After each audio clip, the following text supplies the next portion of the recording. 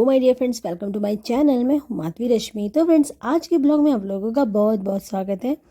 तो सुबह का टाइम हो रहा है, नाश्ता मेरा हो चुका है, घर का सारा काम हो चुका है और बच्चे चले गए हैं स्कूल। तो आज मैंने ना सबसे पहले ये सोचा कि मैं वो गर्म चादरें उठा के रख दूँ जो मुझे बहुत इरिटेट कर रही हैं, क्योंकि जो गर्म चादरें होती है ना, उनको देख के वैसी गर्मी गर्मी से लगती है। और आप देख सकते हो कि इस वक्त ना मौसम ऐसा हो गया है कि बस लग रहा है कि बस किसी दिन भी अचानक ही पंखा चलेगा, क्योंकि धीरे धीरे करके ना गर्म मतलब डेली का डेली बढ़ता ही चला जा रहा है। तो जितनी भी चादरें हैं ये सब गर्म चादरें हैं, और इसमें कुछ जो फर वाली होती हैं और जो शनील वाली होती हैं, जो हल्का सा सिंथेटिक वाली जो होती हैं, ये सारी हैं। इन सभी में से कोई भी हम लोग जो समर होती है इसमें नहीं बिछाते हैं। स्पेशली मतलब शनील की तो खैर बिछाते नहीं, या फर वाली जो सिंथेटिक वाली होती है कुछ लोग बिछा लेते हैं, बट हम वो भी नहीं बिछाते, क्योंकि मुझे बहुत इरिटेशन होती है उसको। मतलब वो चिकना चिकना सा फील होता है और लगता है कि घर्षण जैसा होता रहता है ना, तो उससे बड़ी प्रॉब्लम सी होती है। और क्या होता है, जितने भी चादरें होती हैं गर्मियों वाली अलग कर रखी है, सर्दियों वाली अलग। तो जो गर्मियों वाली है कॉटन की है, वो थैली भी मैंने निकाल ली है, क्योंकि सोच रही थी कि जितना जल्दी हो सके मैं ये सारा ना मतलब पैक करके रख दूँ, ताकि जगह थोड़ी सी मतलब कम हो जाएगी, और जो कॉटन की चादरें हैं वो शिफ्ट हो जाएंगी उधर। तो क्योंकि अब वो समय भी आ गया है अभी कि क्योंकि जितने भी कपड़े हैं गर्मियों वाले वो भी निकाल के रखने हैं, तो स्टेप बाय स्टेप सारे रखने पड़ेंगे। तो आज थोड़ा सा टाइम मिला है तो अभी मैं कर ले रही हूँ, क्योंकि बच्चों के एग्ज़ाम चल रहे हैं, और मतलब वही फाइनल एग्ज़ाम जो होते हैं अभी चल रहे हैं, और इसी बीच ना टाइम नहीं मिल पा रहा, निशु को पढ़ाना होता है। और थोड़ा सा पापा की भी तबीयत ख़राब है, तो नहीं तो ये होता है कि परी के पापा पढ़ा लेते हैं। तो इस वक्त मैं अभी निशु को देख रही हूँ।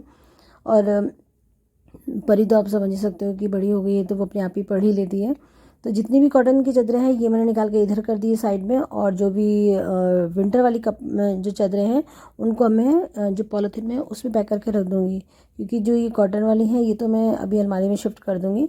तो सब बड़ी पन्नी में मैंने मतलब यहाँ पे अभी रखूँगी, क्योंकि जितनी भी चादरें कॉटन वाली निकली हैं उनमें ना वो लगा हुआ था कपूर, जिससे ना एक तो महक भी बनी अच्छी रहती है, और दूसरा कीड़े वगैरह भी नहीं लगते हैं। और अगर लगता है कि टाइम मिला, या मतलब लग रहा है कि स्मेल से ऐसी आ भी गई है, वैसे कपूर की वजह से आती नहीं है, ये बहुत अच्छा मेरे को बेनिफिट लगता है। और कभी भी ऐसा कुछ स्किन वाला प्रॉब्लम भी नहीं होता कि इचिंग हुई है कुछ भी, क्योंकि अगर आप कुछ भी नहीं रखो ना, तो आप नोटिस करना कि अगर अचानक निकाल के पहनने पड़े कपड़े ना, तो उसमें प्रॉब्लम हो जाती है स्किन में। तो कोशिश करती हूँ कि धूप में डाल दूँ, पर अगर बंदर होते हैं तो ये तसल्ली रहती है कि भाई इसमें कपूर की गोलियां रखी हुई थी, तो ये भी हम यूज़ कर सकते हैं। तो यहाँ पे जितनी भी गर्म जो चादरें हैं ना उनको मैं निकाल के रख दूँगी, और उसके बाद ना फिर जैसे ही टाइम मिलेगा मैं उसे दीवान में रख दूँगी। तो ये जितनी भी मेरी चादरें सब पैक हो चुकी हैं, गर्म वाली और कॉटन वाली तो ऑलरेडी निकल ही चुकी हैं, और बड़ा अच्छा सा फील हो रहा है मुझे, सच बता रहा हूँ कि मतलब लग रहा है कि वहाँ ठंडा ठंडा कूल कूल सा फील हो रहा है। पर ये जो भी चादर बिछी हुई है ना, ये अभी क्या कहते हैं मैंने नहीं रखी है, क्योंकि आप देख सकते हो कि ये यहाँ पे ऐसे ही मैंने छोड़ दिए हैं, और अभी इसको मैं मतलब वॉश करूँगी इसके बाद ही। तो आज शाम को निकाल दूँगी, तो शाम के टाइम पे मैं धुलूँगी। तो यहाँ पे आप देख सकते हो कि खाना मेरा दोपहर का बन गया है, जिसमें मैंने बनाया रायता और बनाई है आलू की चटनी। मतलब वैसे हमारे आलू की जो क्या बोलते हैं उसे मतलब व्रत वाले जो आलू होते हैं ना, वो बोलते हैं। तो ये आप देख सकते हो बड़ी टेस्टी लगती है खाने में, जिसको मैंने बहुत ही सिंपल तरीके से छौंका है। और यहाँ पे भी मैं बना रही रोटियाँ। तो आज रायता ना मैंने बहुत दिनों बाद बनाया है, क्योंकि एक तो ठंडा हो रहा होता है ना, तो किसी को कोल्ड हो रहा है, कभी कुछ हो रहा है, तो इसलिए मैंने अभी फ़िलहाल बीच में बनाया ही नहीं था। तो अब मैंने आज बनाया है, और बच्चे स्कूल से जब आ जाएंगे तो वो लोग खाना वाना खाएंगे, और उसके बाद फिर मैं दूसरे काम देखूँगी।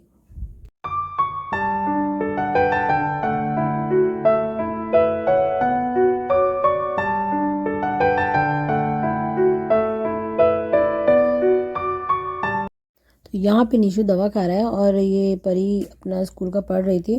पर पता नहीं क्या हुआ कि कुछ समझ में नहीं आया कि निशु को अचानक से, पहले तो बुखार आया था वो ठीक ही हुआ था, कि उसको ना हल्का सा लूज मोशन हो गए। पहले तो हम लोगों ने इतना नोटिस नहीं किया कि मतलब हो सकता है कि ऐसे ही हो गए होंगे।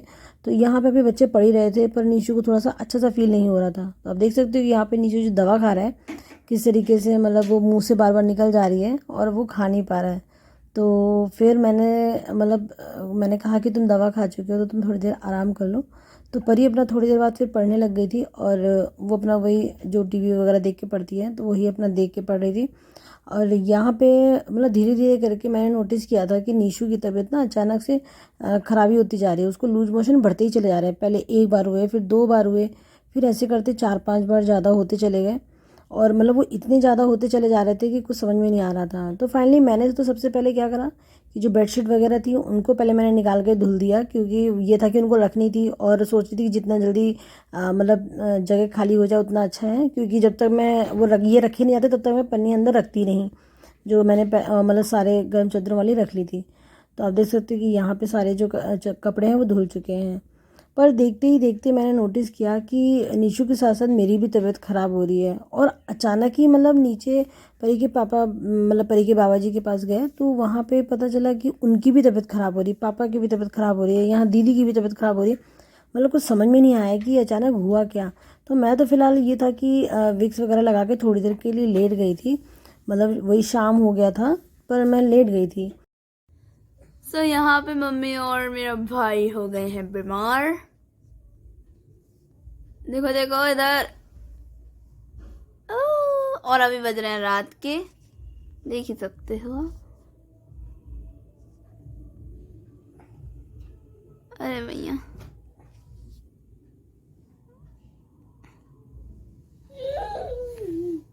बाबा जी के पास है हमारे पापा, और पापा ने यहाँ पे कैमरा लगा रखा है कि ये मम्मी और नीशु सही से काम करे, कभी इधर उधर खेले वेले ना। ठीक है, हमारे घर के छुछुंदर, तो पापा ने अपना कैमरा लगा रखा है, देखो। और टाइम इतना हो रहा है, और मेरा कल है मैथ्स का एग्जाम। ओ माय गॉड, बहुत टफ एग्जाम होता है दुनिया का।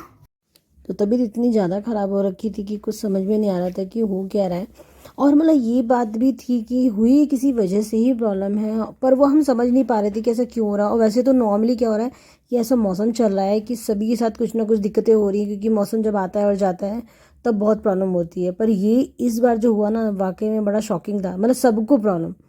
और मतलब नीशू तो खैर अब थोड़ा सा बेटर फील कर रहा है, पर इन्होंने डांट रखा था कि दोनों लोग चुपचाप लेट के रखो।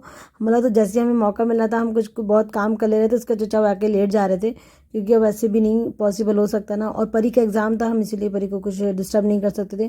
तो कुल मिला के ना 3-4 दिन से बस वही खिचड़ी वगैरह ही सब बन रहा था, तो हम लोग भी फिर वही खा रहे थे।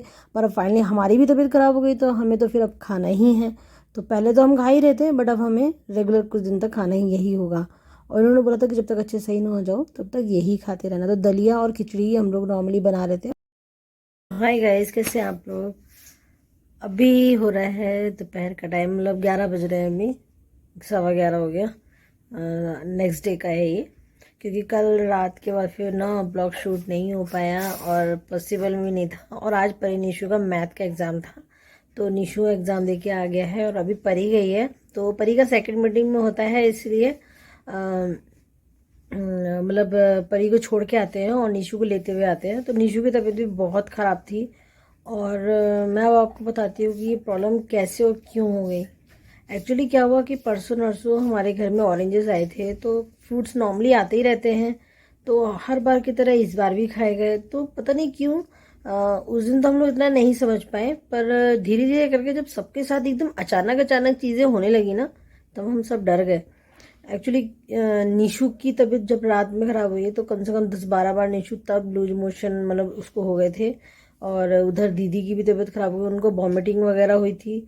और मैं बिल्कुल ठीक थी, पर जब कल सुबह मैं उठी हूँ तो जब मैं फ्रेश होने गई तो एकदम से मेरे पेट में बहुत तेज़ दर्द हुआ, बहुत तेज़ दर्द हुआ। और मेरे को भी मतलब लूज मोशन शुरू हो गए, और जबकि मैं 10-12 बार कल चली गई थी मतलब। और फीवर हो गया, बदन में बहुत दर्द हो गया। तो मतलब कुल मिला के हम लोगों ने मतलब ये सोचा कि ये हुई कैसे प्रॉब्लम। तो मतलब जहाँ तक है हम लोगों का बस यही वो निकल के आ रहा है कि जो ऑरेंज खाए थे और जिस जिसने खाए थे सबको प्रॉब्लम हुई है। मतलब पापा के साथ भी यही दिक्कत आ रही है कि उनको भी लूज मोशन हो गए, और वो भी कई बार चले गए, मतलब बहुत ही ज़्यादा परेशान हो गए पापा। तो अभी फ़िलहाल मुझे आराम है, पर इन्होंने अभी मेरे को इंस्ट्रक्शन दिया है कि तुम उठो ही नहीं। उधर पापा भी नीचे लेटे हुए हैं।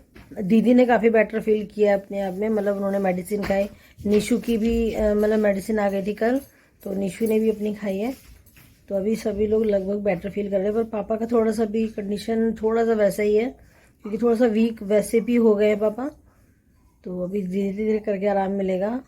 और मतलब कुछ कह नहीं सकते कि आजकल किस चीज़ को खाने से और क्या हो सकता है। मतलब हो सकता है कि वो जो दवाइयाँ होती, जिस तरीके से लोग अपने खेतों में डालते हैं हाइब्रिड वगैरह वाले जो फ्रूट्स वगैरह वेजिटेबल होते हैं, उसको खाने से प्रॉब्लम आ जाती है। और वही शायद हम लोगों के साथ हुआ है। तो मतलब सोचा भी नहीं था, नॉर्मली रोज ऑरेंजेस खाए जा रहे थे, बट परसों कुछ ऐसा हुआ कि सबकी तबीयत खराब हो गई और सब वाकई में बहुत परेशान हो गए। और पता है, हम लोग जज नहीं कर सकते इस चीज़ को कि किस चीज़ को खाने से क्या प्रॉब्लम हो जाएगी। एक बार ऐसे ही मेरे साथ हुआ था, खीरा खाने पे हुआ था, मैंने जरा सा पीस खाया था और बहुत प्रॉब्लम हो गई थी उससे। फिर हमने वो सारे खीरे हटा ही दिए थे, क्योंकि वो जिसने भी हल्का सा खाया उसके साथ प्रॉब्लम हो गई थी। तो कुछ नहीं कह सकते फिलहाल। भगवान की दुआ से अभी सभी लोग सही हैं। थोड़ा सा वीकनेस सी लग रही है और बदन दर्द सा हो रहा है। और वैसे तो लगभग मुझे ठीक सा फील हो ही रहा है। कल ज़्यादा प्रॉब्लम हो रही थी, कल तो बहुत ही ज़्यादा दिक्कत हो रही थी। तो अभी मैंने नहाया भी नहीं है, इन्होंने नहाने के लिए सख्त मना किया है। तो अगर मेरा बुखार उतर गया तो शायद मेरे को नहाने को मिल जाए, वरना अगर नहीं उतरा तो मुश्किल है। तो मिलते हैं हम लोग नेक्स्ट ब्लॉग में। और क्या ही बोलूँ मैं, मिलते हैं नेक्स्ट ब्लॉग में। बाय।